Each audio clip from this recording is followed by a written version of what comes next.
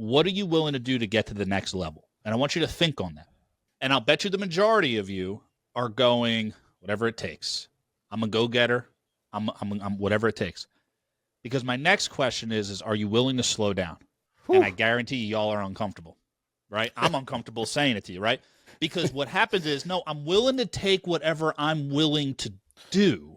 I'm willing to do that. And if it's hard work, I'll do hard work.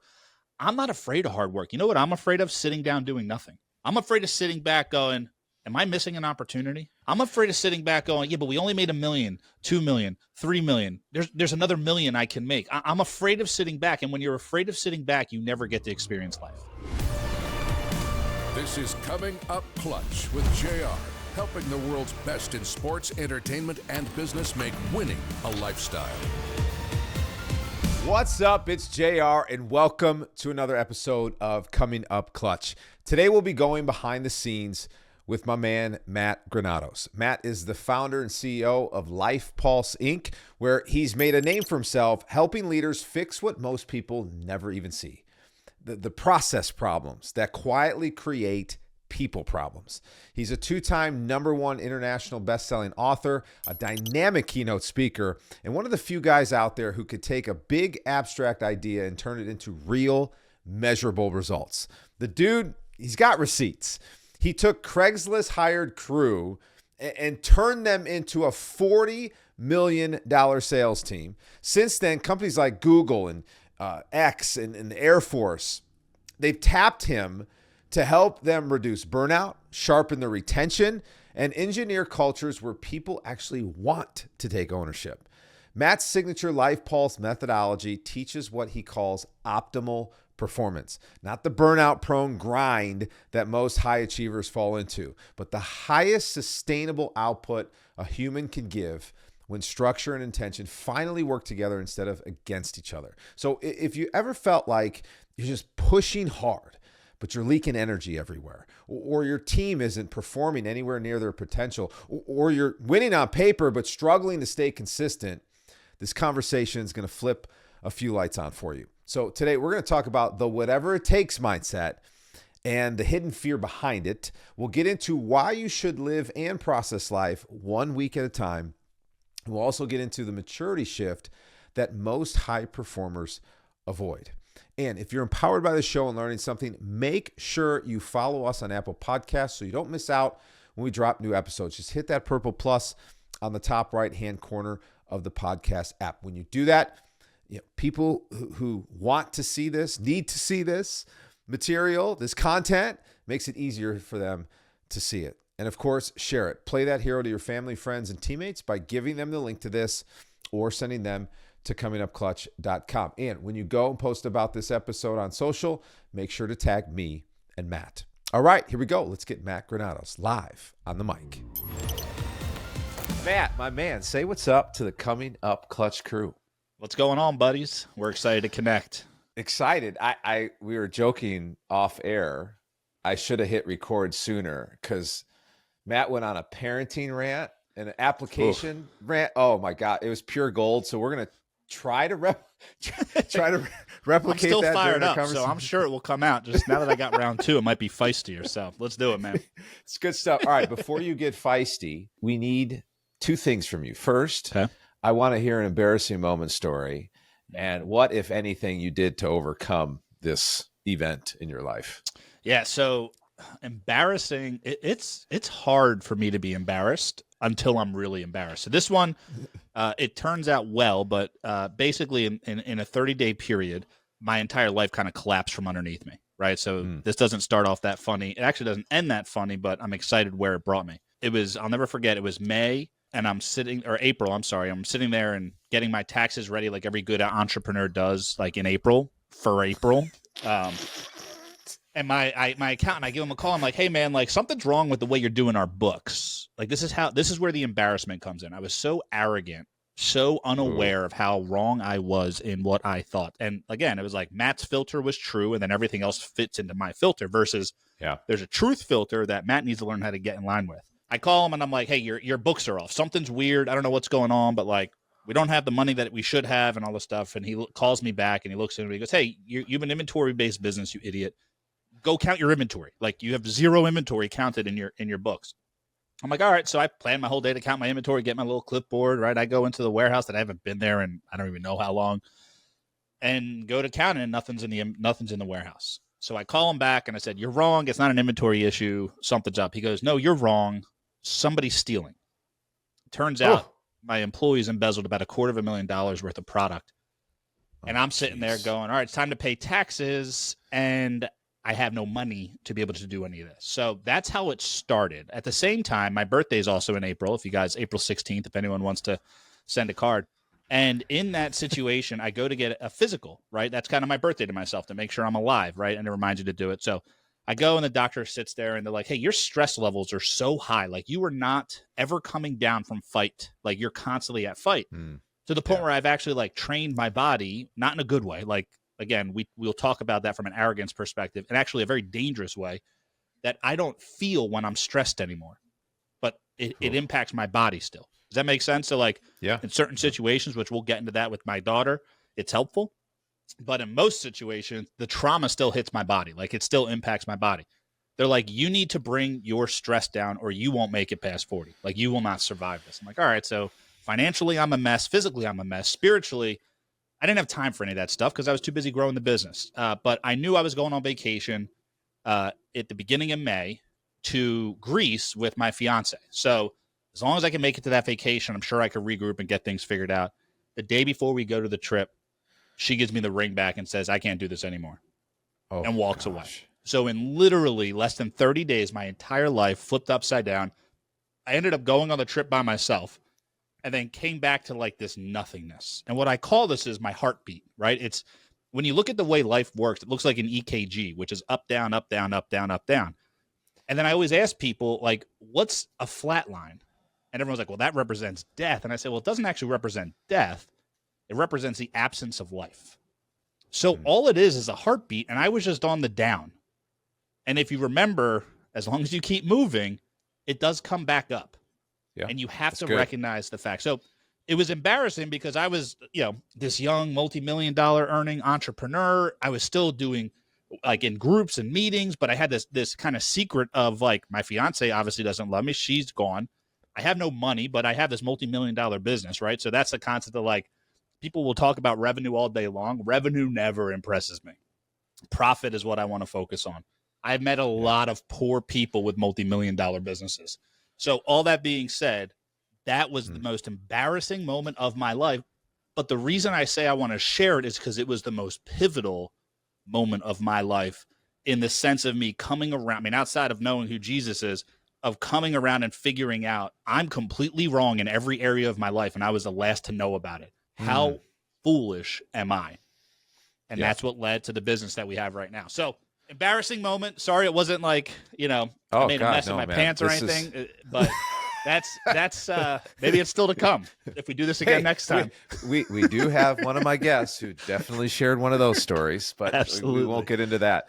So Matt, obviously you've taken that pivotal life moment and you've created this amazing business that you're doing right now with LifePulse. So could you share, you got an event coming up in June. Yeah. Just tease us a little bit on that. And then at the end of the episode, we'll let people know how they can get to it. Yeah. So one thing I do with every podcast, especially like I said, it took us 15 minutes to get on the podcast because it was just fun chopping it up with you, JR, is we'll put together a link for anyone listening, lifepulseinc.com/clutch. And by the time you're listening to this, it will be up there. And we'll take all the different notes of all the things we talk about, different tools we use, all the things that we want to give to you as listeners and members of just the Clutch Club to be able to access right away. So save that URL. If you like what you're hearing, go there. But the event we're doing is called, in January, we do an event called Realign. And Realign is where we bring everyone together and get them to realign. In June, we do an event that we call Recalibrate. Because I think one of the worst mistakes we make is we don't check our progress in the middle of the year. We kind of sit there, we set our goals in the beginning, and then we explain why we didn't hit them at the end. Are we checking our progress? And one thing we focus on is not just progress over perfection, which we do, but I think that's a cop-out a lot of times. It's actually quantifying the progress in order to say you're making it over perfection. Oh, progress over perfection. No, you didn't do your job. You didn't hit your goal. Yeah. But if I can tell you, no, I'm at 47%, and we're 50% of the way through, I understand I'm 3% behind where I should be. So then I can comfortably sit back and go, oh, progress over perfection. The problem is we have all these great one-liners, like we were talking, JR, of like, there's so many of me out there. There's so many gurus. There's so, like, you have an AI bot, and all of a sudden now you can create stuff that you don't even know what you're saying, but it just sounds good. When you sit back and you actually analyze and you can quantify the progress you're making towards a goal, you can understand if what you're doing is working. Apart from that, you're guessing at best. And if you're being coached by someone who's sitting there saying, oh, just set the goal and it's going to work itself out. Oh, if you put together a vision board, it's going to manifest this. That doesn't happen. It doesn't work. It never has. I don't care how well it was marketed. Try it. You'll see it doesn't work. You have to put the work in and track the progress along the way to know where you are in order to know where you need to go. You know, it's so funny. You talking about this reminded me of a joke that an old mentor of mine, Gino Wickman, brought up. He said, there's this pilot. Some of you have already heard this story. You're listening to the show. You're like, oh, here goes JR sharing this one again. He goes, there's a pilot, and he gets over the intercom and he goes, folks, I got good news and I got bad news. He goes, the bad news is all our instruments are down. Like we don't know where we're at, what's going on. Our instrument panel is completely offline. He goes, but the good news is we're making great time. It's like, wait, how do you know that? I mean, so you brought that up. I was like silently laughing. So I'm like, I just have to bring this stupid thing up. So I never heard it before. So that's new to me. I love it. There you go. The gift that keeps on giving. Exactly. All right. So Matt, I wrote down when you were talking about, I wasn't feeling when you're sharing your story. I wasn't feeling when I was stressed. Okay. So, my audience, very driven. Let's go. And I'll tell you, there's a big sample size that goes, well, JR, Matt, I only feel stressed when like actually anxiety is up and my heart rate's up and stuff like that. But I relate to that. So I'm curious, you had talked about this whole silent killer that sabotages high. Could you unpack that a little bit and your experience becoming more aware of the stress and then working through it? Because I'm telling you, it's killing too many highly driven, highly qualified, highly influential people. Yeah. And when you mean killing, like we mean literally killing. Not just killing the success. We mean actually, like the danger of stress. All right. So we're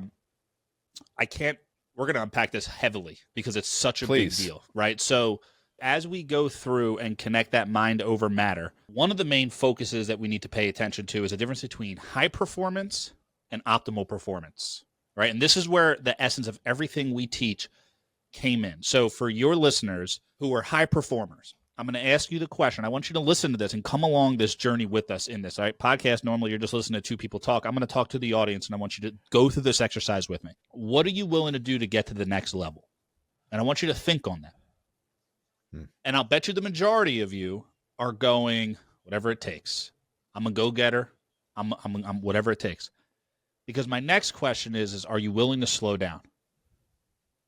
Whew. And I guarantee y'all are uncomfortable, right? I'm uncomfortable saying it to you, right? Because what happens is, no, I'm willing to take whatever I'm willing to do. I'm willing to do that. And if it's hard work, I'll do hard work. I'm not afraid of hard work. You know what I'm afraid of? Sitting down doing nothing. I'm afraid of sitting back going, am I missing an opportunity?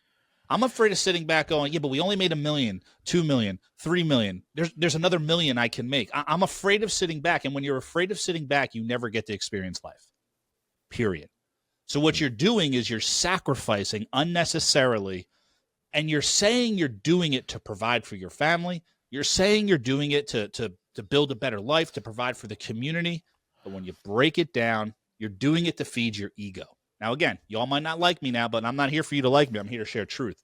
And I'm okay if you don't like me. And if truth doesn't offend you, it's likely not truth, right? Truth is not inclusive. It's exclusive. There is a truth, and that truth hurts when you experience it. So in this situation, high performers, let's describe these two, high performers versus optimal performers. High performers, high output, unsustainable pace compared to others. That's a high performer, right? Mm-hmm. There are times where that is okay. But if that's your strategy, you're going to lose. You will burn out. I'm never impressed with a high performer because you can't sustain. Optimal performer is same high output at a sustainable pace compared to one's own ability. Meaning I don't need to compare myself to JR. If I race a bunch of slow people and I win, that does not make me fast. It makes me faster than slow people. But if I race a fast person, does that make me slow? Like, it's all relative. Same thing where, like, you know, the bar of status quo has gotten so unbelievably low. It's like, well, I don't beat my wife, so I'm a good husband. It's like, wait a minute. No, like, let's bring the bar up a little bit.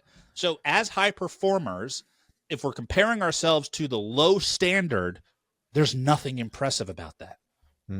Like that, I'm sorry. So when you do it to yourself, it changes the entire game. And now it's not just what you do, but it's how you do what you do. You see, the how is really important if you want to live life in an element of fulfillment. If you are living a life as a high performer, you will end up having regrets that are not necessary. That's one of the hardest things for me when I end up working with someone like, can you help me with my kids who don't like me anymore? And I say, I can help you, but it's going to take a whole lot of work. It's been 50 years of you grinding it out to provide for them when now they don't want anything to do with you. So that's the element of high performance versus optimal performance, and why we're so passionate about this, and why I love people too much to not be honest with them and go, the lie you've been giving is going to lead you to regrets. Let's not make unnecessary sacrifices. We're going to make necessary sacrifices. You might miss a dinner. You might miss an event. You might have to make a hard decision. But we want to make sure we only do that when we have to, and that's not part of our method of operation. And too many times we pride ourselves on our willingness. We just do hard things. That's stupid. Being able to do hard things, that's good. Doing hard things just to say you can do hard things, that's foolish. We want to avoid the latter. Okay, this is, man, you coming in hot. By the way, do you have so I have New York and Chicago blood in me. Do you have any New York blood in you? All Philly. So you have the black and white. I'm giving you the cold, hard truth. You got that same blood in you. So that's why I'm like, this guy's got to have some New York, Philly. Okay, it's the Northeast, right? And it's. I lived in Atlanta for a decade, and that got me to say y'all, but that's about it, right? So I got the same truth with the faster way to say. Instead of saying use, I switched to y'all. So use guys, no, that happened to me in Louisiana. So we have a very similar story here. All right, so Matt, I think you know my world. I'm constantly having the conversation of where scripture, collides with science in this whole performance discussion. So I'm curious, after what you just shared, why do us Jesus-believing, faith-filled men need to take this even more seriously than the guy who just learned, oh, crap, there's a difference between optimal performance and high performance? Yeah, because the guy we follow named Jesus didn't run a single step throughout the entire ministry of his life. He walked with intention, regardless whether he was about to be killed or his friend was dead or his other cousin's head was getting cut off. There was never a rush. He was never in a hurry. Do you know who was in a hurry? Peter was in a hurry. The disciples were in a hurry. Judas was in a hurry. So when you sit back and go, interesting. So the guy we say we follow, do we really follow him, or do we just use him as a tool when we want to get a new tattoo? Like, honestly, like, do we actually believe it, and do we spend time reading it so we know it, and we actually eat the word as if it's truly him speaking to us? Because I think that's a lot of issues that come with it. Is why is it so important? Is because we need to be available to live out the calling each of us have been given. And when you're too busy, you're not going to have the margin to be able to accept the calling when it comes, when it says, hey, take time to go sit down with JR. Oh, man, I can, but I got to do X, Y, and Z. Boom, boom, boom, boom, boom. Is that you being obedient or being opportunistic? Because those are two different things. Because not every opportunity is a chance of obedience, but every chance of obedience, I would argue, is an opportunity. Yeah. So if you call yourself a Christian, and honestly, Christianity is becoming cool. That's a little concerning to me. I'm excited about it, but it's concerning to me. So I think what Christians need to now more than ever is understand the necessity to be able to defend your faith with love and respect. You need to know what you believe, honestly. And you need to be able to call out false teachers when people are doing it, because they will abuse it like we've done all of our lives. And there's going to be a lot of people seeking, going, what is this Christian stuff that I've heard about, right? Like, I heard y'all were bigots, but you guys are kind of nice, especially in the fitness world, right? One of the things I love is the gym we go to. We do a Bible study in the gym, and it's not a Christian gym. They just let us do it every Saturday with a bunch of dudes, and you got a bunch of these muscle nuts coming around. And to go from the I'm not them, I just get to go and be a part of it. But as we do that, it's just an amazing story to sit there and go, do you believe what is said in the book? Do you believe when John says, in the beginning was the Word was God, and the Word was with God? If you believe that, then that is him that you are reading. And if you believe him, you should follow him. So there's action that comes from that. Whew. Like, I'm sitting there processing this, go, yeah, I've never read anything where Jesus was running or sprinting. In fact, He was never rushed. No, the only time I heard of anything racing was with Paul. That's it. That was it. Yeah. Oh, man. Okay. All right. So here's the deal. Now that we've either tuned out some listeners, they've completely shut us off. But the ones who have stayed, we got to bless them, Matt. Amen. We got to bless them. They're going, oh, crap. Yeah. Matt, you're right. I am running too hard. Yeah. JR, like, holy crap. Wait a minute. There's this thing called the flow cycle, and it includes 2 steps that are called release and recovery. Like, oh, wait. Okay, guys, I realize this, but how do I go from here? So, Matt, I'm curious. So once a high performer identifies what's essentially silently killing them. Yes. What's the first structural change or process-driven train? Because I know you're a process guy just like me. What's that first structural process-driven change they need to make? You need to start living your life 1 week at a time, 7-day planning, right?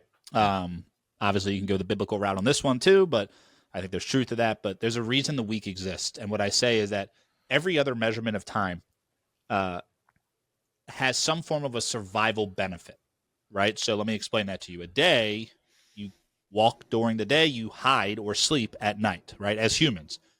A month, you actually see the moon move so you can guide yourself where you're going. Quarterly, there's seasons, so you can actually plant food and see what's happening. Then annually, it all resets. But a week, why does that exist? A week is not survivalist. It is actually societal. Society created a week. Now, why was the week created? Because when civilization and society was being developed, the Sabbath was still on Saturday. And they needed a reason to reset the marketplace. So you're sitting there going, interesting. So you got 7 days of creation where God rested on the 7th, and you got the week. So why are we not functioning on the weekly basis when it comes to how we interact with everybody else, right? If there's a weekly cycle on how we're to act with other believers, there's a weekly cycle on how we're to act in the world. That is how I feel we are to engage with others. If you lived by yourself on a desolate island, you have no reason for a week, right? Like, unless, I mean, obviously you might want to take a Sabbath every now and then, but I'm sure you got some downtime. All that being said, as you're navigating through this 1 week at a time, the reason we do a week from a logic perspective is a day is too short and a month is too long. If you're living your life a day at a time, 24 hours, with the way life comes at you, unknown, unexpected, you'll always be thrown off. A month is too long, meaning there's never any urgency. A week has a perfect line of flexibility and urgency, meaning if I can't do something on Monday, I can move it to Tuesday. If I can't do it on Tuesday, I can move it to Wednesday. But it gives you a deadline, and we as humans function well on a deadline. We all got a deadline. Eventually, we're all going to die. And because of that, we act around that exact concept all the time. Now, I even think the way we act is based on what we believe happens at that deadline, right? When you really go down to how important deadlines are in our life. The next thing is, if you're hearing this and you're going like, man, this is crushing me, like I'm doing it all wrong, praise God. This is when you turn to him and don't feel shameful, feel grateful. That's called conviction. One thing we have been told as men, one thing we have been told as Americans, one thing we have been told as society is to like try to hide away from conviction. Now, this goes far beyond religion. So if you're sitting there going, oh, all the talk, this is not religion. This is how humans work. Y'all have felt conviction. You felt that feeling. Whether you know who Jesus is or isn't, you felt that feeling. But what we do is we avoid it.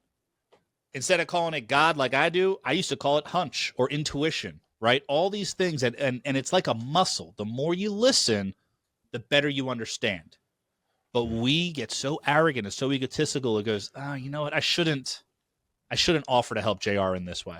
It's a little weird. He doesn't really know me.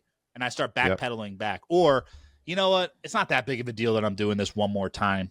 No, it is.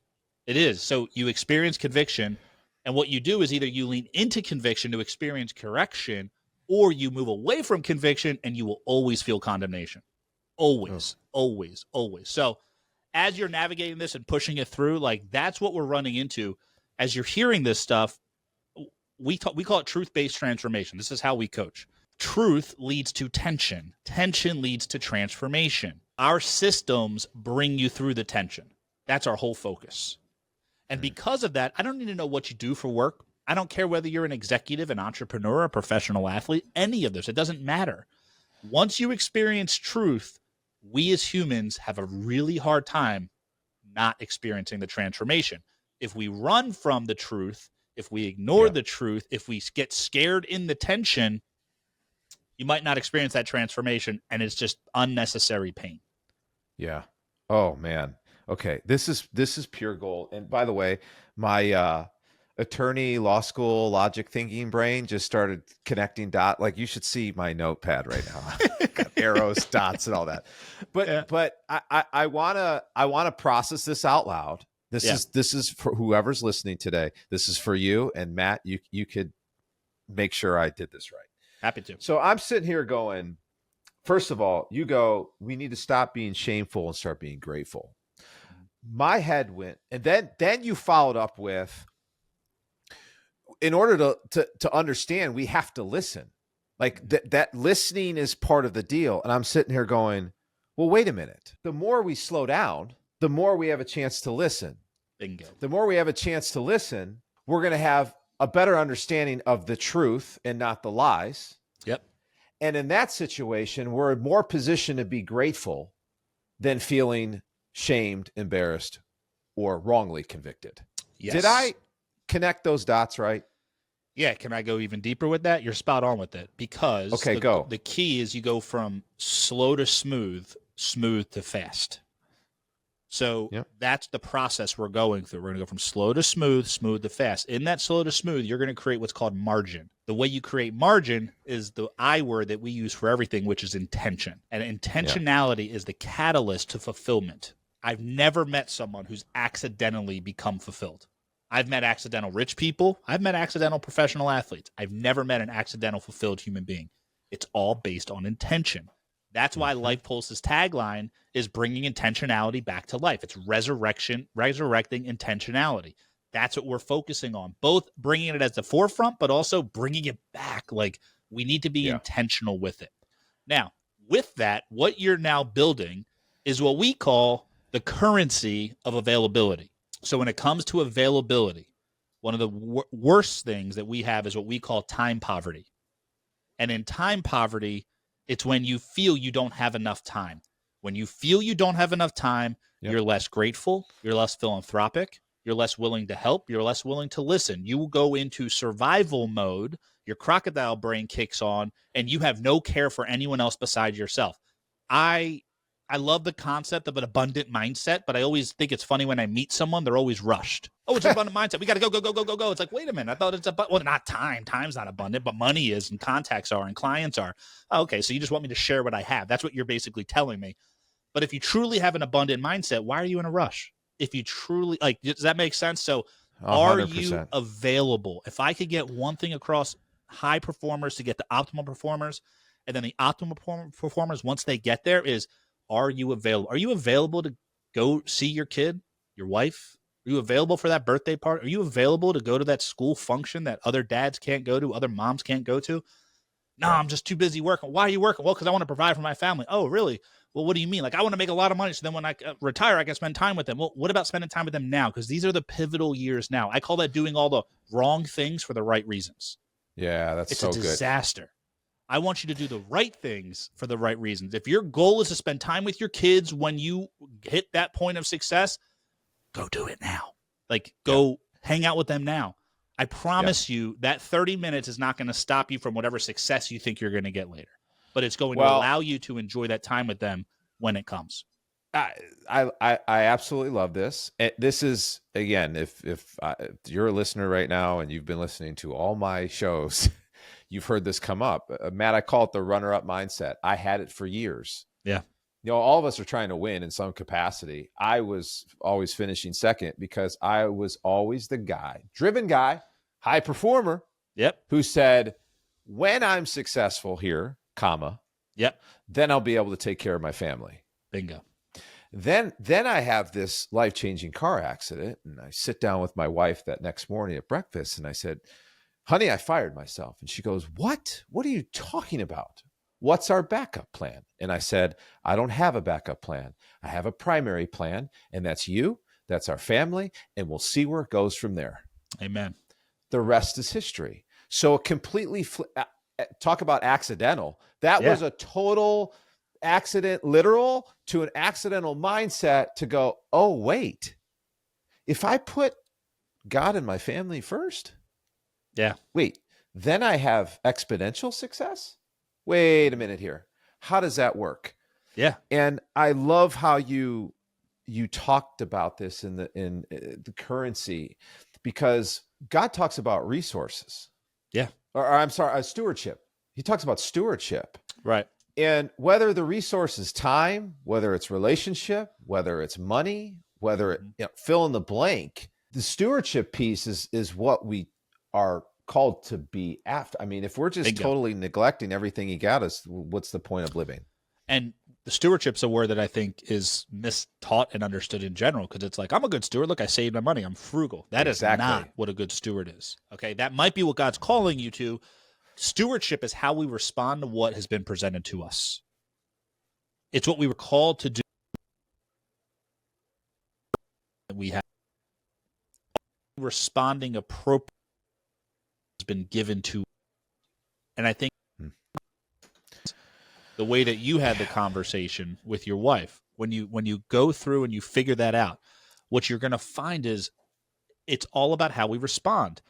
How we're judged at the end of our life is how we respond to what's been given to us by Jesus coming down for us. Like, it's all about how we are to respond to what he has done, not how we are to explain what we did based on what's happening around us. And I mean, it's beautiful what you're saying, man. I love that concept and grateful that you were shown. Wasn't your finding, right? It wasn't like JR found this amazing discovery. It's like me. No, I lost everything. And like, that's where I found where I needed to go. I do want to bring this up, Matt. I know we're getting towards the end here. It's easy, and I've gotten this a ton, and I'm sure you have too. Whoever's listening, or someone listens to this later, and they're like, Matt, JR, this is why you guys do what you do. Mm-hmm. You guys have it all figured out. I mean, you guys have that nice weekly rhythm, and it's all neat, and it's perfect, and it's all that. Matt, you got a lot of life going on in your household, in your family. Yeah. Could you speak to the fact that just because we have a rhythm doesn't mean we're always in rhythm? Yeah, and not only that, I get this sometimes. They're like, man, you're so organized. That's why you have a planner. And I go, no, I'm an absolute train wreck. That's why I have a planner. Like, it's the opposite. If I was organized, I wouldn't need it. There's many people who don't need what I need to function as a human. I am a mess upstairs. And what happens is we started this whole company because Maria came to me, my wife, and she's like, hey, Matt, I knew marrying you was going to be hard. I didn't realize it was going to be this hard. Like, you're insane. So like, how do we do this thing? I was like, oh, I got these 9 questions I ask myself every single day. And that's when every week. And she's like, wait, you what? And she's like, can I use a system? I said, yeah. And then I showed it to her, and she's like, this is gross. Can I make this look nice? She said, yeah. She made it look nice. I thought it looked really nice. So I got a palette of them created and started giving them out to people. She was so annoyed. There were spelling errors in them. It was not final. Like, I just got excited because she made it really nice. And one thing, how the whole started, me as a train, I lost everything. My heart. I had a week at a time. I asked myself, how questions. These 9 thoughts kind of came into my head, and I started going through, trying them, using them. And that's what got us where we are today. Now, what has been amazing is the same truth, right? Because you got to remember, truth is constant, application changes. Everything we teach at Life Pulse, we have to make sure it's anchored in truth or it's clearly stated as a thought or an opinion.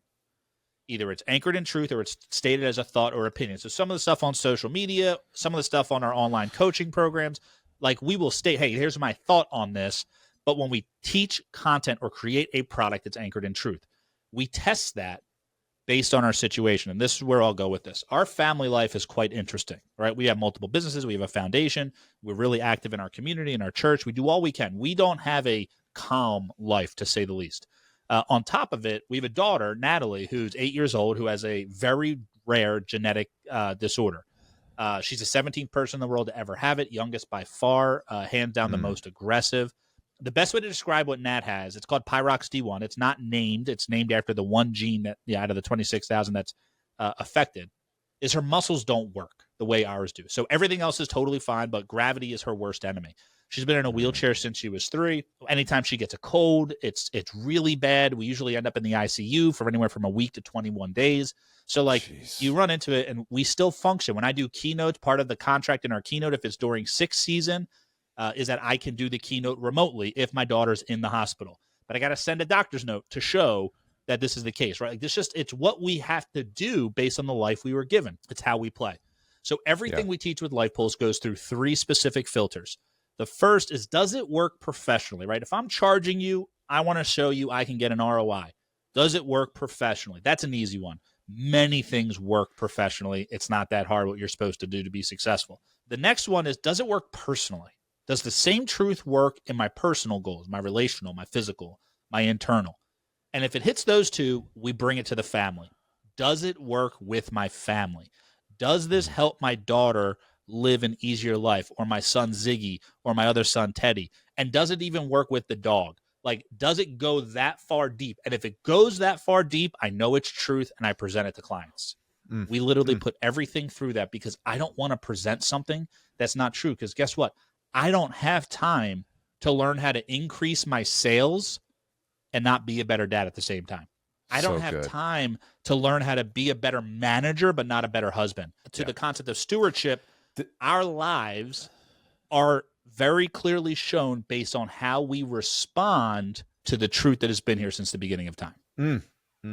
By the way, this is why I tell my men, I understand we have the stereotype and the reputation of being compartmentalizers. I said, what you just stated about, hey, professionally, personally, my family, we need to become better integrators and less compartmentalizing and more integrating. Like, how does this whole thing flow in the rhythm of life versus like, oh, this is my work and this is my family and this is my, it's just, that's not how we were wired. You actually can't. You cannot compartmentalize life. The true you will always come out. You can put them in areas and hide them, but we did a podcast, my wife and I, called Relationship, where we would just figure out what are we arguing about, put it on, hit record, and we weren't allowed to edit it. It was very therapeutic, slightly embarrassing, but it brought a lot of things to head. One of them was talking about emotional stability and how is Matt so emotionally stable? This is the question that we were answering when we have a 911 situation with Natalie, right? Whether it's we drive, ambulance, helicopter, we've done them all. Right. But I'm the one who gets in there. I'm the one who argues with the doctors, gets them where they need to be. And we went through it about halfway through the podcast. I looked at Maria and I went, holy smokes. I go, I just realized something. I go, I'm not emotionally stable. I'm emotionally suppressed. You're emotionally stable. I don't feel the fear. I don't have time for it. I don't feel the sadness. I don't have time for it. Get out of my way. I'm gonna whatever shrapnel comes in my, all right, so be it. I'll apologize. I hit the car. I'm getting to the hospital. I'll deal with that later. Maria and women and emotionally healthy men, I would probably say, which I wouldn't put me in that case all the time, they experience the emotion and still walk the path. That's emotionally stable. That's hard. What most of us men do is we've gone mind over matter, like I said, and I don't even experience it. I don't have time for it. Don't bring it up. I don't want to talk about it. We'll deal with it later, and then I never deal with it later. And then we get what's called free-floating emotions, right? I just made that up. That's not a real thing. A free-floating emotion is what I describe as like anger from over here a week and a half ago if I don't process it, it will come out eventually. And guess who gets it? Usually Maria. Responsive reflection is an exercise that we do where it's basically going out and actually processing for about an hour your whole week, looking at your calendar. What happened? Where did we go here? Holy smokes, that was a huge sale. I forgot to celebrate that. Whoa, that was we lost that client. That really bothered me. And I intentionally go through, and it's probably one of the hardest hours of my week, but I will process my week and go, oh, and I'm telling you, I don't know how to explain it. There's not like, I don't have science behind this. I just have anecdotal experience. It's a heavy hour. Like I actually am feeling what I should have felt then. I'm feeling it now, which is how I know it's still in there. It's so crucial. And, I since we talked about professional athletes, I'm trying to constantly merge both worlds just like you. And I noticed this trend line with my Major League Baseball players is when they consistently completed their post-performance review template that I gave them, their trend line just keeps going up and up from a performance standpoint and from an emotional stability standpoint. Yeah. And I'm sitting here going, well, what are they doing? They are processing what went on in that game, good or bad, so that when they transition away from the game and to their homes, to their family, you know what I'm saying? Like the stank's gone and they've allowed to focus on what they want to focus on next. That's so good. I mean, and I have story, just like you, story after story after story after story. When we do that work, it's boring. My players hate it. When I first, throw this at them, and then like 2-3 weeks later, they're like, oh my God, JR, like I can't live without this thing. That's the point. Dude. That is the point. So my gosh. Where that came from was working with the military, right? And military and, pro athletes, they have the same concept of when they leave what they've done, their whole identity is tied up in it. And we can get into a whole identity issue because that's where it all falls. But I was talking when I was at the Air Force working with the cadets and the commanders. And I said, what's the difference between like current return soldiers and like World War II soldiers? Because like PTSD didn't seem to be as much of a thing back then. So like, what happened? And they're like, I don't know. I was like, so let's look at it. So we just started kind of like chopping it up. There was like, hey, how do you guys get home? Well, we go from the base, we fly over, and we're back home side in like 8 hours. Oh, what happened in World War II? They're like, well, they jump on a boat, and like 2 weeks later, they've sailed across the ocean with all of the other people they can connect with and relate to. They've had all these conversations. They've actually processed the things they've seen, and they've shown up stateside after 2 weeks of being safe, meaning they're not actually just going from plane to civilian. They have 2 weeks to process with their people. So when we work with our pros, it's the same concept of like, hey, go get with your buddies and like talk about the times you had, like go through everything. Yeah. But the re-entry phase, we take that, and not even with pros, but when I got clients who are high-level executives coming back from a vacation, they're like, all right, coming back Monday, I'm coming in hot. I'm like, no, you're not. You're going to crash. You just had 2 weeks off of one of the most high-stress positions in the world to have of a large executive of a large company. Your Monday and Tuesday, you're going to come in slow. You're going to have a re-entry phase. Some of our clients who deal with high anxiety and just stress, their Mondays are purposely scheduled to re-enter. Does that make sense? So it's like that re-entry is so important because, man, you're not hot. 2 weeks ago, right? I'm in my late 30s. 2 weeks ago, I had 20 minutes. I was like, all right, good. I'm going to go get sprints in real quick. And I didn't stretch. 2 weeks ago, I still can't move my calf the way I want to. Matt. Right? Like, so like you're sitting there, you're going like, people who are asking, you guys have it all together? I got to borrow my daughter's wheelchair, I feel at times, right? Like I because I didn't stretch. That's the level of foolishness we still, JR, you and I were saying that, like, we got all the routines. The question is can you follow it up? And the way we follow it up, and this is what I'll give to you guys again, is what we call perpetual development. And perpetual development is when you combined intention, which we talked about, with structure. The intention is the purpose behind any goal. And structure is a defined, repeatable process towards achievement. That's how we define those two words. Your intention needs to tie to a structure that re-engages with intention, because all of us do mean to do well. I don't know a single person that gets married going, I can't wait to get divorced on the wedding day. Like, they don't intend to get divorced. They do intend to live up to the vows that they promised, but they don't have a system that causes them to engage with that. So what do? Maria and I, every 30 days, we go on what we call a life date, right? And I'll put that on the site too. Now I'm just figuring out what I got to put on the site. But we got a whole laundry list. Yeah. But I think that's the reality of what we're running into is like we aren't putting systems around ourselves. We think we could do it ourselves. We can't. As a professional athlete, as an executive, as a corporate juggernaut, whatever it might be, even as an entrepreneur. We finished with our big domino, which I'm still going to put you on the spot, but you dropped about 7 dominoes on this dang call. Okay. To this episode today. So first, I appreciate you for that. Before we end this, I mean, and thank you for going overtime too today, man. You're absolutely amazing. You've mentioned the website. Where could people find you? So just share with us, where could people find you? And then where are we going to lead them after this episode? Instagram, any of the major socials. It's just at Life Pulse Inc. Right. So you can find us straight through. We spend most of the time, I think, on Instagram. If we had to pick one, I spend most of my time with people. So I'm not the person doing that. But I know it has to happen in this world. And then to get us, lifepulseinc.com. And for all the stuff we've talked about, I got 6 things on here. Go to lifepulseinc.com/clutch, CLUTCH. And that will be up there as long as you leave this podcast up there. That way we just always can kind of refer back to those different tips and tools that we talked about. Perfect. All right. So you're listening to this. You're hearing Matt. He's dropped a ton of resources. Just head on over to comingupclutch.com. Check out the show notes page. We'll have everything there for you. The links, Instagram, all socials, everything you need to get a hold of Matt, his events, his resources. We got it there. Just go to comingupclutch.com. All right, Matt, putting you on the spot. I hate doing this to people, but then I love it also. I'm stealing it from the One Truth book. It's that whole one thing concept. And I've turned it into the big domino because I love it. What's that one key takeaway? And it's something you may have already said already, but it's the one key takeaway you want to make sure everyone listening today walks away with. Let's give a new one. Make sure you don't confuse true or responsibility and fault. And here's what I mean by that. My daughter's situation. I gave her a bad gene. My wife gave her a bad gene. And her body made what she could with that one gene. It is 1 in 600th billionth of a chance to happen. It doesn't matter whose fault it is, but whose responsibility is it?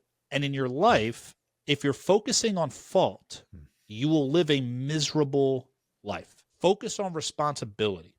Whose responsibility is it that I'm overweight? Whose responsibility is it that I'm not a good husband? Because I can tell you, if I focus on fault, there's a lot of faults as to why my marriage is difficult, and none of it has to do with me. But all of the responsibility falls on me. So wherever you are in your life, whatever you're trying to do, any conflict you have with people, I always tell people, people aren't the problem. People have problems. That's why you have people problems. And because of that, I want you to sit there and realize fault does not matter. Responsibility does. And when you start living a life focusing on your responsibilities versus other people's faults, you're going to be amazed at the level of peace you get to experience. Total mic drop. Matt, you're amazing. Thank you for making time for this, going overtime for this. And man, this was awesome. Your energy and passion, man, this was fun. This was a fun conversation. Well, I love what you're doing, man. And any way we can help, if it makes sense, I always tell people, we make fun of the abundant mindset people because they are always rushed, but I'm dead serious. If our tools can help any of your people, let's do it. And I'm excited to send people to come check out what you're doing. Awesome. All right, crew. That's my man, Matt Granados. Now, here's the deal. If you were blessed by today's episode, if you learned something that you know is going to make you better, my ask is you pay it forward. Share this episode with someone you love and care about. Come up clutch for someone in your life that you know needs to be encouraged by what Matt shared today. And he shared a lot today. Again, if you want the show notes, go to comingupclutch.com. Click on the episode. All right, this episode is a wrap. Until next week's 5-minute drill, remember, winning isn't a result, it's a lifestyle. So keep pursuing that life of champions. This episode is over. Get more No BS content to help you master your mind, body, and relationships by hitting subscribe. This is Coming Up Clutch with JR. Thanks for listening.